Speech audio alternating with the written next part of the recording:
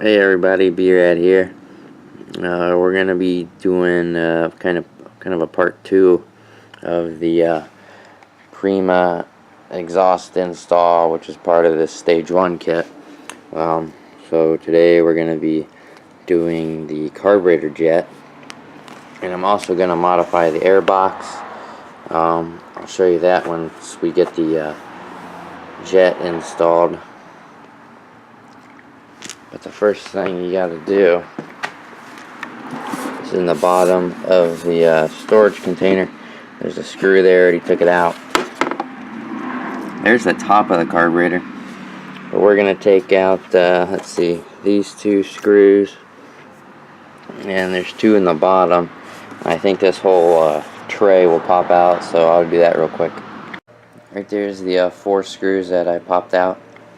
Here's the whole seat and that tray underneath. So now you have full access to the carburetor. Also have this front cover off here to help get light in there so you can see what you're doing. Those are 10mm bolts. So I guess the first thing, there's a clamp here. You can probably just get that at your hand. Yeah, you can.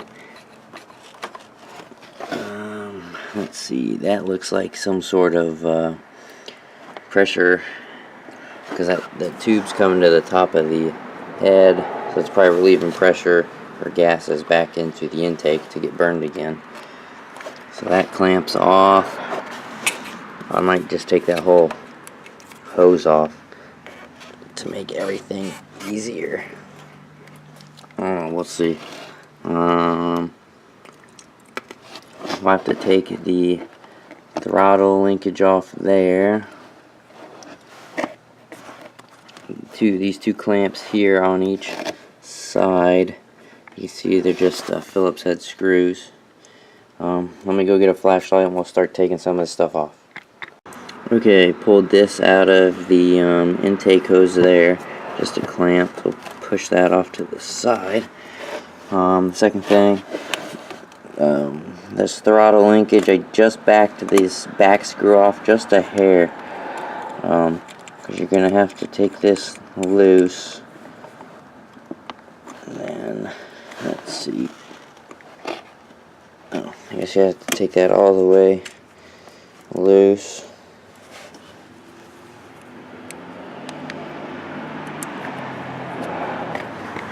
I just pushed that boot up off that thread there.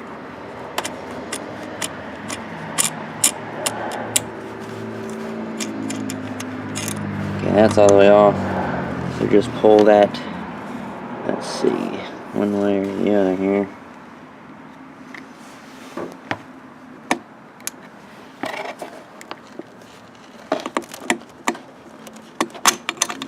And then out to the side, there's a slot in that bracket, this bracket right here. You can't really see it, right there, where that goes through. And on this end, there should just be, I don't know if you can see it in there or not.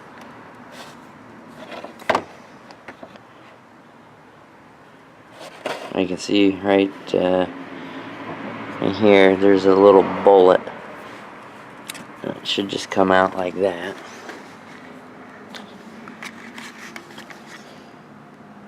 That's in that linkage. So that's off. Put that off to the side. Just kind of doing this by play here. We've still got, let's see, some sort of cover that pops off. Better put that with your bolts or you won't know what it is.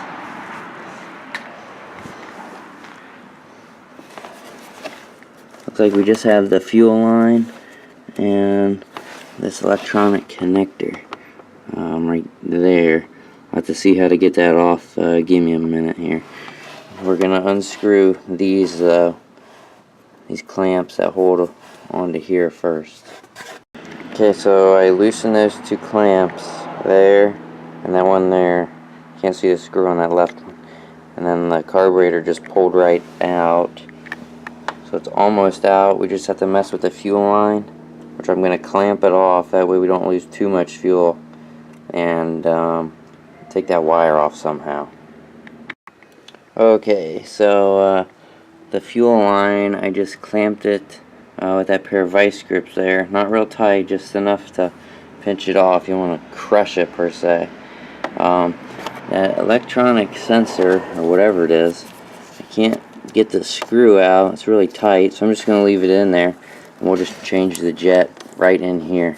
As long as it's upside down, we'll be alright. First thing is going to be to take 1, 2, 3 screws out right there, and then the bottom will come off, and I'll show you what's in there. Okay, so you can see we got the bottom of the carburetor off. You want to make sure not to mess up the gasket, or sit it anywhere dirty. So this one here is the main jet. That's the one we're going to be taking out and swapping with the 95. We're going to start with that and see what happens. So to get that one out, you want a screwdriver that fits in there real good. You don't want to strip that out by any means.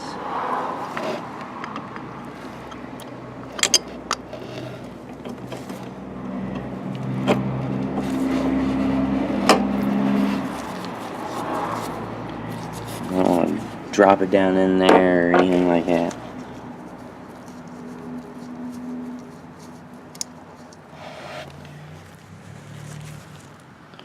There's the jet itself. I'll turn the camera off and go get the other one real quick. Okay, so there's the new jet. It'll focus here. That's the shinier one in there now. Looks like the old one had a 92 on it apparently, and this is a 95, so jumping up 3 sizes.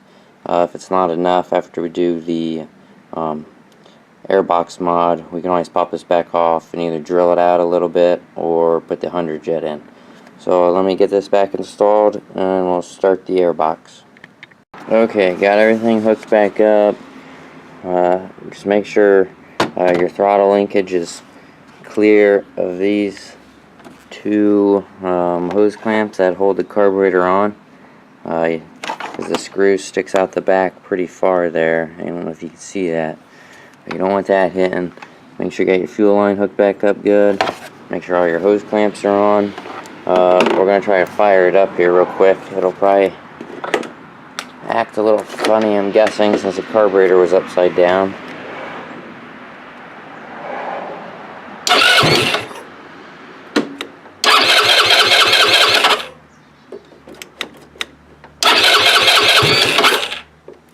Let's try.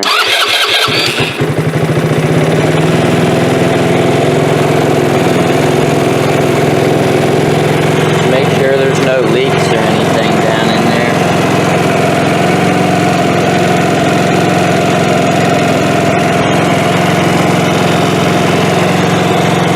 Everything looks good. I'm going to let it run for a minute to situate itself, and I'll get back with you. Okay, so the next step, since we're getting more air out, you're going to need some more air in to help with that jet and just overall. So some people modify the Airbox by like cutting this out and doing some different stuff. I think you can actually slip this out. Yeah, that slips out of this slot. But what I'm going to do is going to be to leave this mounted like so, stock. And I bought these little louvered aluminum vents from the hardware store. I put this little foam in it. You don't really need the foam in there, because if I mount one of these probably right in here or down here, I'm not too sure yet, you're going to be pulling the air in and it's still going to have to go through the filter. So I'm not sure if I'm going to go there or maybe up in here just in case it's raining or something. I don't really ride when it rains too much. but I'm thinking down here, that way it's already on this side over here of this cut through piece. So I think I'm gonna go about right here. I'm gonna have to drill, I believe it's a 1-inch hole, so I can always fish it. I've got this step drill bit here. Well, I'll get the right side going here. Let's see if it'll focus. Probably not. But you can see it'll go up to like 1 3/8, which is plenty. So we'll just keep drilling until we get to that spot. He said you could spray paint this if you wanted black. I'll probably just leave it aluminum for right now. It kind of matches the gearbox down here. So let me drill that out and we'll put it in. Okay, got that installed there. It ended up being a 1-inch, a tight 1-inch, which is good, so it's kind of pressed in there. I don't think it's gonna fall out. If it does, I had to buy like 5 in a pack, so I can always just put another one in there. So we'll put all the screws back in that. Now I'll pretty much wrap up this part of the stage 1 upgrade. Like I said, if you watched the first video, I'll leave a link in the description for the exhaust. I'm not going to be installing the rollers or that compression spring yet. I'm going to kind of do it in stages, just to see, you know, how each upgrade performs on the scooter itself. I got everything put back on. I'm going to go take it for a ride here in a little bit. It's pretty nice out today, and I will get back with you to see how it worked out. Okay, just got back from a pretty long test ride. It definitely seems a little peppier down low, that's for sure. It could just be the sound, but I'm pretty sure it's peppier. Up top it kind of lulls out, so I might pull that jet out and put the next bigger one in. First thing I'm going to do is check the spark plug once it cools off and see what it looks like and go from there. But otherwise, pretty good upgrade. Sounds better at least, so that's got to count for something. So thanks for watching. Check out the previous video of the pipe install. Subscribe and like. See you guys later. Bye.